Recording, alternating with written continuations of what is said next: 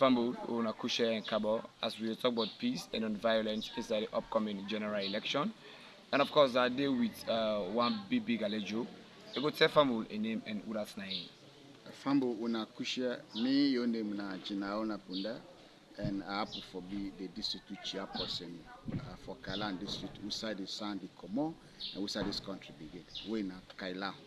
And of course, Chairman, in summary, uh, just explain to TDN African Media how prepare we are as a government now that they go into the general election as a youth. Where this the first history of this country, where we don't see outside a far the sitting government, the ruling government, go ahead announce the date, the time for the general election. That could put all the other political parties on their toes for them to prepare, so that at the end of the day, nobody will cry for say, no, it was impromptu, I was not prepared, or we are not informed ahead of time. So for the fact that the government even deemed it necessary for make a date and make an announcement, maybe something like 1 year plus ahead for say, this is not the time we na the 24th of June 2023 for the election. That alone called for a total peace, a total commitment, and a total maybe a very good leadership of the government. So that I believe with that announcement, all the political parties, including the government herself, don't go ahead for prepared for this particular election. And at the same time, we have seen that a lot of sensitizations are ongoing. We can see people sometimes are mounting mounting pens on sets in all schools, preaching peace, because we cannot do without peace. So, as such, even you listen to radio stations, DJs, presenters are also doing what we call peace preaching. Artists are doing theirs, locally and internationally, and maybe nationally also.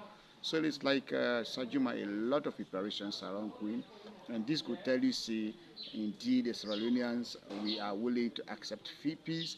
And also, if you go to the houses of God, down at the churches and the mosques, if you go there, they give people, then they pray, then say, Papa God, let we get a leader, we go rule this country, for make this country for be an enviable place. And that day comes when we do the general election. The outcome is going to be just acceptable, because it's like we have asked God for make it one for we. And when the results are out, I believe it will be acceptable.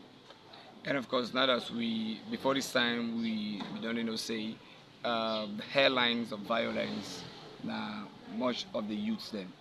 Now as a chairman, what did they do in that regard?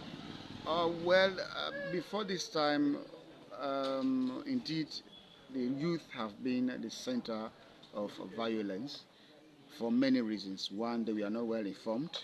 But I want to tell you, see, with the leadership of the present government, since we are made leaders for the young people, we don't undergo a series of trainings. We don't undergo a series of other things. Some of you don't move out of this country. We don't go in countries like China. We don't go land. We don't come, and we have implicated. We don't duplicate until we complete them. We don't transfer those learnings to we complete them. We don't tell people for saying all is not about fetch. All is not about this and about. All is just about peace, and it's just about transparency. But one of the few things we don't do, we don't create in our colleagues, and is that we don't create into the spirit of nationalism and patriotism, because these are the things that we are lacking. And also, we don't see the government through the Ministry of Youth Affairs, and also the Ministry of National